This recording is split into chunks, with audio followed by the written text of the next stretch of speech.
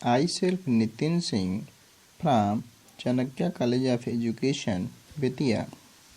आज मैं BEd second year पाठ्यक्रम से C9 पेपर कोड में यूनिट 5 के अंतर्गत पिछले क्लास में हम लोगों ने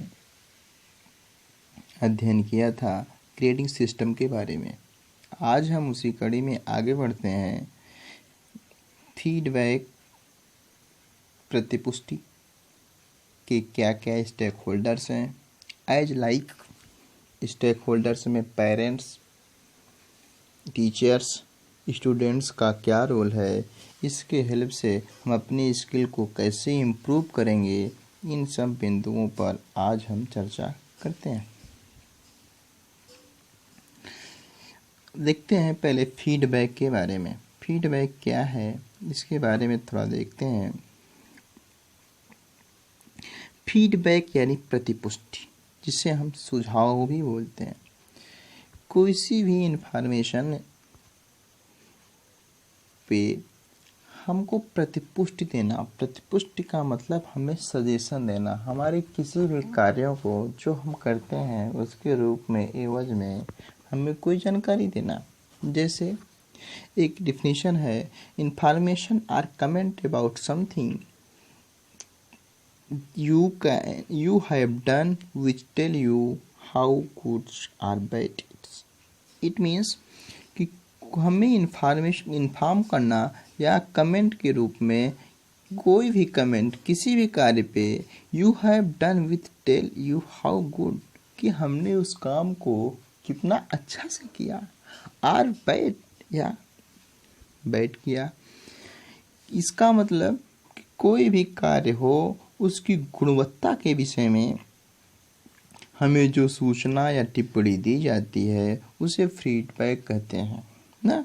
या कर्ता को प्रतिसूचना कहने का मतलब कि जिसने काम किया, इसका मतलब काम करने वाले को हम जो सूचना देते हैं, जिसने हमको सूचना दिया उसी सूचना को हम प्रतिसूचना के रूप में बताते हैं कि इसमें ये कमियां रह गई, ये फायदे हैं, ये इसके विधि हैं, ये करने में और सुधार बाकी है, यहाँ पे आप इम्प्रूव कर सकते हैं, ये बहुत अच्छा है, उसको हम जानकारी शेयर कर सकते हैं। एक और देखते हैं, effective feedback to both positive और नेगेटिव वेरी हेल्पफुल। इसका मतलब चाहे फीडबैक पॉजिटिव हो या नेगेटिव हो, दोनों बहुत हेल्पफुल करता है। कब? जब वो इफेक्टिव फीडबैक होगा, मतलब जो फीडबैक न्यायोचित होगा, चाहे वो पॉजिटिव हो या नेगेटिव, वो दोनों हमारे लिए क्या करेगा, हेल्प करेगा, हमारी टीचिंग स्किल को इम्प्रूव करता है। नेक्स्ट एक और डेफिनेशन देखते हैं। Feedback is the valuable information. इसका मतलब वो फीडबैक क्या है? एक वैल्यूएबल इंफॉर्मेशन है जो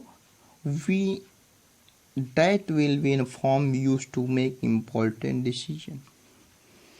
फीडबैक एक वो वैल्यूएबल सूचना है जो हमें इन्फॉर्म करता है, जो हमें बताता है कि हमने जो डिसीजन लिया वो कितना इम्पॉर्टेंट है। हमारे डिसीजन को इम्पोर्टेंस को बताता है, हमारे द्वारा किया गया काम कितना इम्पोर्टेंट है, कितना बेटर है। अब हम करते हैं स्टेक होल्डर्स में, as like student and parents.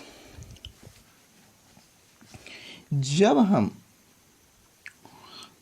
कक्षा में विभिन्न गतिविधियों की भागीदारी कर रहे होते हैं, हम का मतलब विद्यार्थी, जब विद्यार्थी कक्षा में विभिन्न गतिविधियों की भागीदारी कर रहे होते हैं, तब एक शिक्षक अनौपचारिक रूप से फीडबैक देते रहते हैं।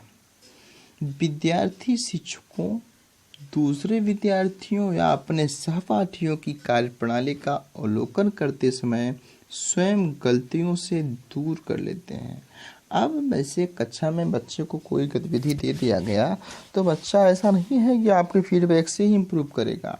बच्चा खुद अपने सहपाठियों के कार्य करने की शैली से उसमें इम्प्रूवमेंट लाएगा और उसमें खुद सुधार करेगा। और इस सीखने की प्रक्रिया में स्थिति समस्यात्मक तब बन जाती है, इस सीखने की प्रक्रिया की स्थिति समस्यात्मक सीखने की प्रक्रिया की स्थिति सम्मानजनक तब होती है जब यह दर्शाती है कि फला विद्यार्थी सही ढंग से नहीं कर रहा है। अर्थात जब फला विद्यार्थी सही ढंग से नहीं कर रहा है, अर्थात विद्यार्थी की असफलताओं का रेखांकन किया जाता है। इस प्रकार की रिपोर्ट को विद्यार्थियों को निरुत्साहित करती है। एक शिक्षक को ऐसी रिपोर्ट नहीं देना चाहिए। एक शिक्षक को क्या क्या फीडबैक टिप्पणियाँ देना चाहिए। किसी भी गतिविधि में बच्चा कोई भी गतिविधि कर रहा है, उसके बाद एक सकारात्मक और रचनात्मक, सकारात्मक मतलब पॉजिटिव और रचनात्मक मतलब कि उसमें कुछ न कुछ इम्प्रूवमेंट कर सके बच्चा, ऐसी टिप्पणी एक शिक्षक को अवश्य देना चाहिए। विद्यार्थियों को वर्तमान कार्य को पुराने कार्यों से तुलना भी करने के लिए प्रोत्साहित किया जाना चाहिए। इसका मतलब एक विद्यार्थी को जो पुराना काम किया गया है पिछले विद्यार्थियों के द्वारा, उसको भी हमें तुलना करना चाहिए। उसके बेस पे बच्चों को प्रोत्साहित किया जाना चाहिए, नहीं इससे और बेटर किया जा सकता है। विद्यार्थी और शिक्षक मिलकर देखें कि विद्यार्थी की मदद की आवश्यकता कहाँ है और किस प्रकार से की जा सकती है, और विद्यार्थियों से बातचीत करें और समस्या का कहाँ है उसमें सुधार करने की आवश्यकता है, ये भी बात फीडबैक में जरूरी होता है एक शिक्षक को अभिभावक के रूप में।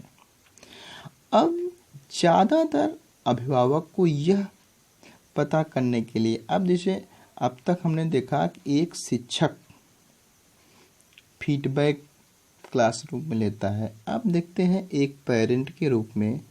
एक पेरेंट होने के नाते आपको फीडबैक की कितनी इम्पोर्टेंस है। अब जैसे पेरेंट्स है, उसको क्या करना चाहिए। Stakeholder to feedback by parents, इसमें हम आसानी से कुछ विधियों को देखने का प्रयास करते हैं। जैसे